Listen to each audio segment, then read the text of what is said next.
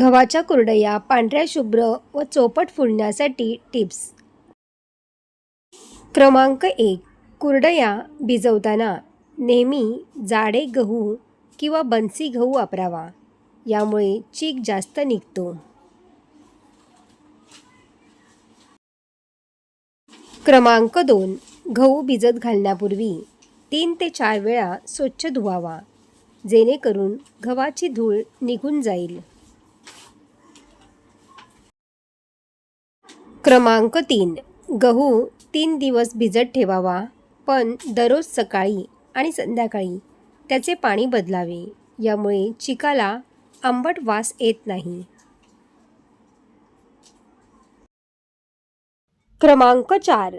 तिसऱ्या किंवा चौथ्या दिवशी गहू मिक्सरवर किंवा पाट्यावर वाटताना जास्त पाणी घालू नका. क्रमांक 5. जेवढा चीक असेल तेवढेच पाणी गरम करायला ठेवावे. क्रमांक 6. पाणी उकळायला लागले की त्यात थोडे तेल आणि चवीनुसार मीठ टाकावे. चीक ओतताना दुसऱ्या हाताने लाटण्याने सतत वेगाने हलवावे, जेणेकरून गुठल्या होणार नाहीत.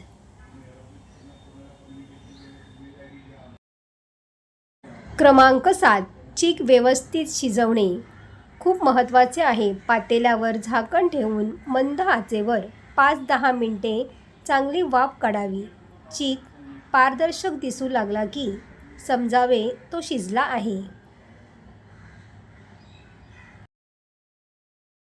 क्रमांक 8. कुरडया नेहमी गरम असतानाच घालाव्यात. चीक थंड झाला तर साच्यातून व्यवस्थित पडत नाही. क्रमांक 9. प्लास्टिक पेपरवर कुरडया घातल्या तर सहज निघतात.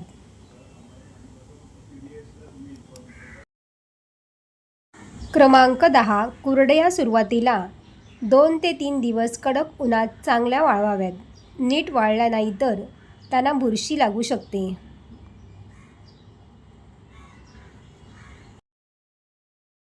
क्रमांक 11. कुरडया अधिक पांढरे शुभ्र होण्यासाठी काही लोक ती शिजवताना त्यात आधी थोडी तुरटी फिरवतात, पण हे पूर्णपणे इच्छित आहे.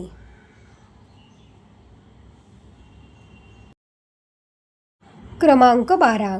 गहू वाटल्यानंतर तो चीक निघतो तो रात्रभर एका मोठ्या पातेल्यात स्थिर ठेवावा. दुसऱ्या दिवशी सकाळी त्यावरचे पाणी, पिवळसर पाणी पूर्णपणे काढून टाकावे.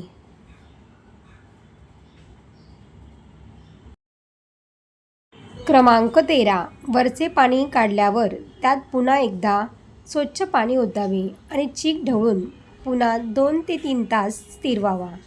या क्रियेमुळे चिकातला सुरलेला पिवळसरपणा निघून जातो आणि कुरडया दुधासारख्या पांढऱ्या शुभ्र होतात.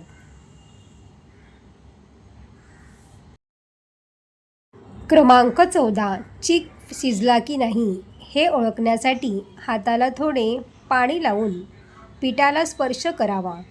जर पीठ हाताला चिकटले नाही तर समजावे की चीक व्यवस्थित शिजला आहे.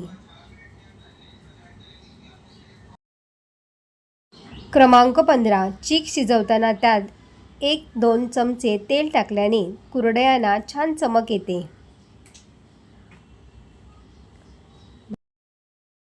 क्रमांक 16. कुरडया घालताना हात गोलाकार आणि संथ गतीने फिरवावा, जेणेकरून तार तुटणार नाही. कुरडया तयार करून झाल्यानंतर साधारण 3 ते 4 तासानंतर कुरडया पलटी करून घ्याव्यात, म्हणजे कुरडया व्यवस्थित निघतात व तुटत नाही. क्रमांक 17. कुरडया कडक उन्हात वाळवल्यानंतर त्या पूर्णपणे थंड होऊ द्याव्यात. त्यानंतरच त्या हवाबंद डब्यात भराव्यात.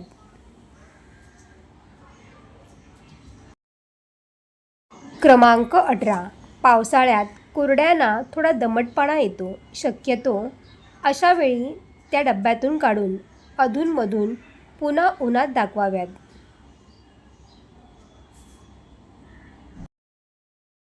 क्रमांक 19. जेव्हा तुम्ही उकळत्या पाण्यात चीक ओततात तेव्हा लाटण्याने किंवा स्वच्छ लाकडी दांड्याच्या साहाय्याने खालीवर न करता गोलाकार वेगाने हलवावे. यामुळे पिठात हवा भरली जाते आणि कुरडया हलक्या होतात.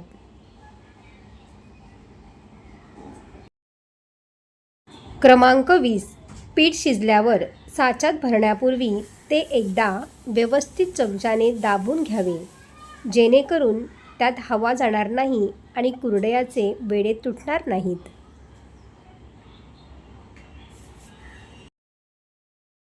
क्रमांक 21. जर तुम्ही बाहेर उन्हात कुरडया वाळवत घालत असाल तर त्यावर एक पातळ ओढणी किंवा जाळीदार कापड टाकावे. यामुळे उन्हाचा थेट चटका बसून कुरडया लाल होत नाही आणि धूळही बसत नाही.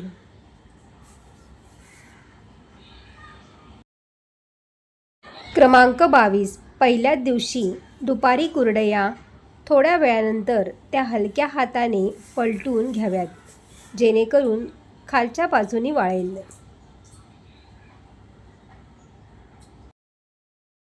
क्रमांक 23. पाणी उकळल्यावर त्यातला 1 कप गरम पाणी बाजूला काढून ठेवावे. जर शिजवताना पीठ खूपच घट्ट वाटले तरच ते गरम पाणी वरून टाकावे.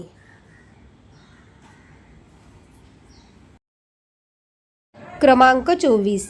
जेव्हा पीठ शिजते तेव्हा त्याचा पांढरा रंग बदलून तो थोडासा ऑफ व्हाईट किंवा पारदर्शक दिसू लागतो.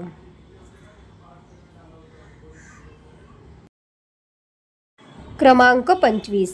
पीठ पूर्ण शिजल्याशिवाय कुरडया घालू नका, नाहीतर त्या वाळल्यावर त्याचे तुकडे पडतात.